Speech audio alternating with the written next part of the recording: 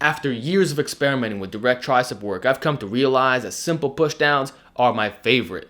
And in today's video, I'll explain the full benefits and why you need to start doing them as well. Starting with the topic of recovery. I can't think of any other triceps exercise that can be done year-round without discomfort, including going heavy. See, as much as I love extensions, they have a horrible reputation for hurting people's elbows, even if you're not sensitive. They'll eventually catch up to you, and overuse must be at the top of your list at all times.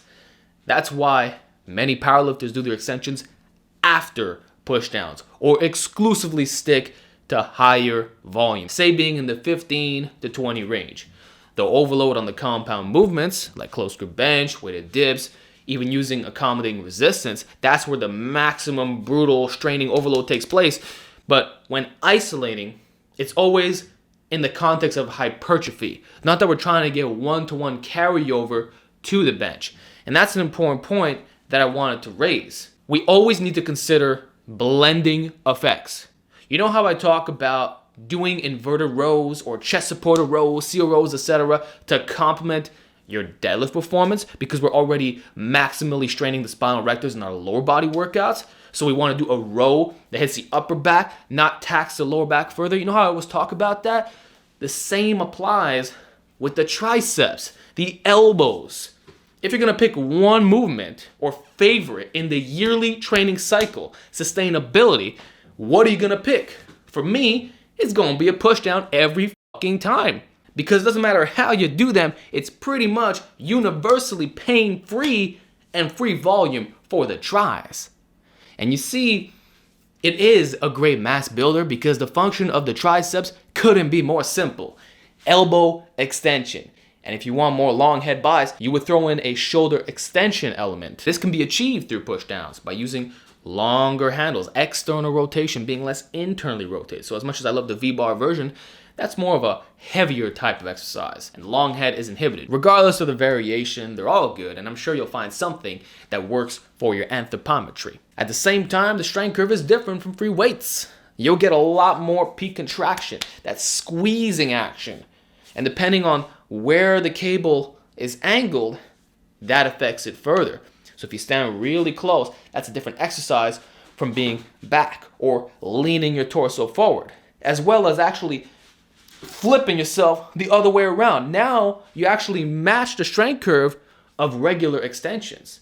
So don't think you're limited in any type of way. That will never be an issue once you understand the biomechanics of the exercise. And so I really don't see any compromises whatsoever for hypertrophy or strength. You can go really heavy where even a dip belt may be required, use moderate rep ranges for size, or burn to the max, get that metabolic fatigue in, which is also great for rejuvenation or using it as a pre-exhausting strategy. Sometimes you're just not warmed up enough.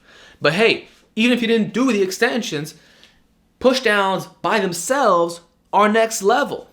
And if you look at what a lot of raw powerlifters are doing these days, it's pushdown focus, because they need that extra recovery to do the stuff that matters. Let me spit some raw truth.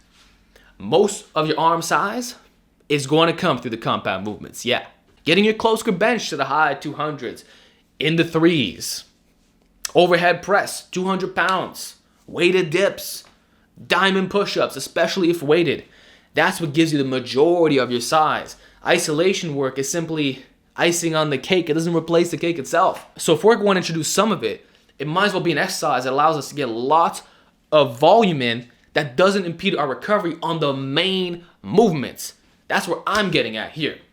And in my 405 bench journey, I was doing a lot of extensions at one point. But then I got my home cable setup, started abusing those, and realized I didn't even need the extensions. Dropped them, didn't notice any negative side effects. In fact, I got bigger and stronger, and still, when I started reintroducing extensions again, it's as if they never left the program. Doesn't that say a lot? And why some of the best benchers today emphasize pushdowns? Look at Julius Maddox. He lives on them and actually claims that it does help his bench. I believe him, because you're increasing the size potential of your triceps. That's why we isolate. We're not trying to get carryover to the competition lifts. That's why we do variations of those compound movements.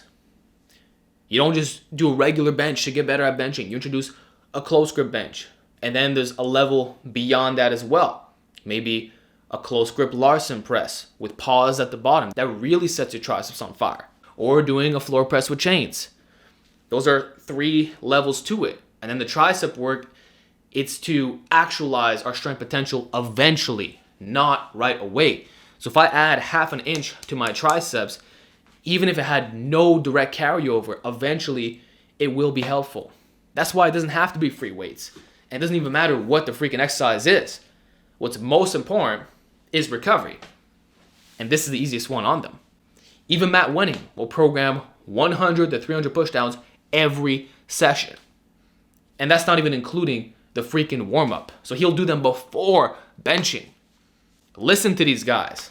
In my experience as well, when I started really going ham on these, I also knew a guy from years back when I was thinking about this video. His name was Dan. Hope you're watching this, bro. He was a real natural that benched 200 kilos. He only did pushdowns for isolation work. And he maxed out the freaking stack on the single pulley machine. That is really heavy. And you have to wear a dip belt as well. That's when you know. So I would actually say this is one of the major disagreements I have with Louie Simmons.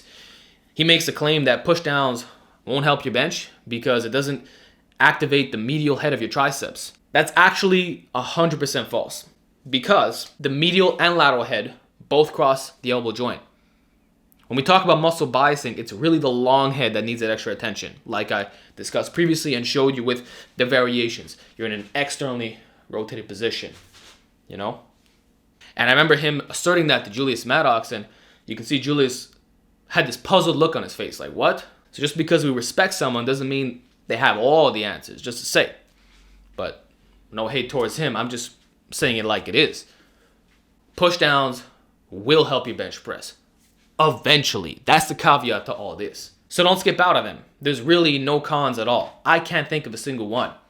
Especially if we're talking about the banded pushdowns, which can be done on off days, therefore improving your recovery when going back to those overloading movements.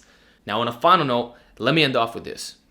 If you're someone who is forced to do pushdowns because you do have sensitive elbows, know that by treating them seriously in the next coming years, you might actually cure the pain completely. And here's what I mean. When I was a teenager, I had trouble doing 5-pound dumbbell extensions. Maybe it's because I can't do skull crushers. Man, I wish I could do them. Got immense pain in my elbows. And that's because they are hypermobile. So I was cursed from birth. And what really helped me, actually it was the only fix that's ever worked, and I've been preaching this for years now, was doing high rep tricep pushdowns with bands. Like, you're doing it this way, 50, 100 reps. Maximum burn, just trying to get blood flow because tendons are avascular and you hypertrophy the connective tissue this way.